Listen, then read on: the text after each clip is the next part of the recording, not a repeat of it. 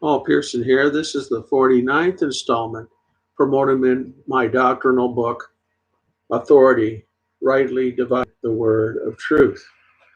This is a fairly short article about a question that's sometimes asked Christians. They'll be demanding a yes or no answer, and sometimes their questions cannot be really answered with just a yes or no. And this is an article about that, and I'll begin to read. Questions that demand a yes or no answer. Those who demand a yes or no answer to a particular question may have the intention of restricting, limiting, or forcing someone to give a reply that will not be totally accurate. For example, I believe the new Bible translations have many faults and omissions that may lead one into false doctrine. This is a serious matter that could have dire consequence in the Christian's journey of faith.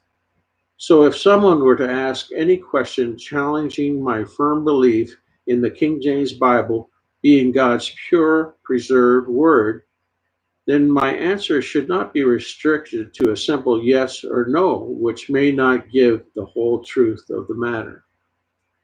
Some of the questions that would highlight the folly of demanding a yes or no answer are, oh, you're not a Republican? You must be a Democrat.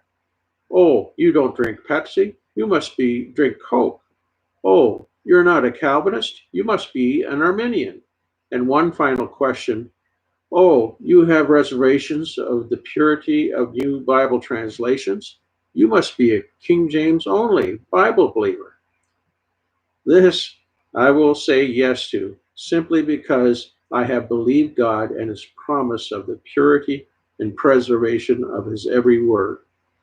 The bottom line to any discussion of the Bible, do you believe God's promise of preserving all his words to every generation? And can you put these in my hand the next time we meet? Yes or no? I know.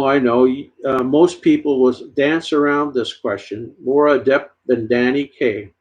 So I would not limit them to answer a simple yes or no.